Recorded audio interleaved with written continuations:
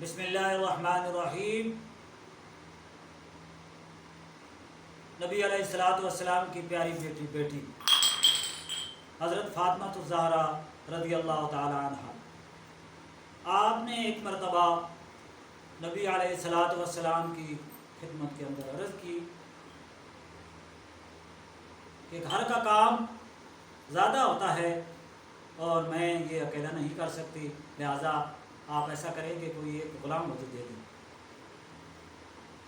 یہ جب نبی علیہ الصلوۃ والسلام نے سنا تو نبی علیہ الصلوۃ والسلام نے فرمایا کہ میری پیاری بیٹی، میں تجھے اس سے بہتر چیز نہ عطا کروں؟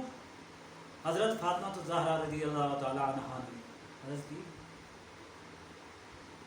ضرور ارشاد فرمائیں۔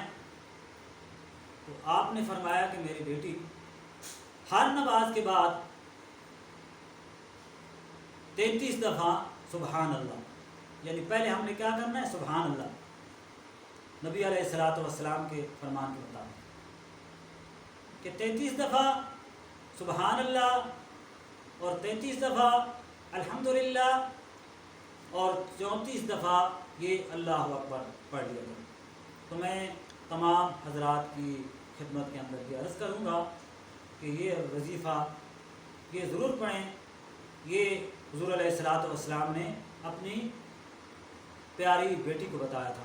اللہ تبارک و تعالیٰ کی بارگاہ میں یہ دعا ہے کہ اللہ تبارک و تعالیٰ ہمیں نبی علیہ الصلوۃ والسلام کے نقش قدم پر چلنے کی توفیق عطا فرمائے۔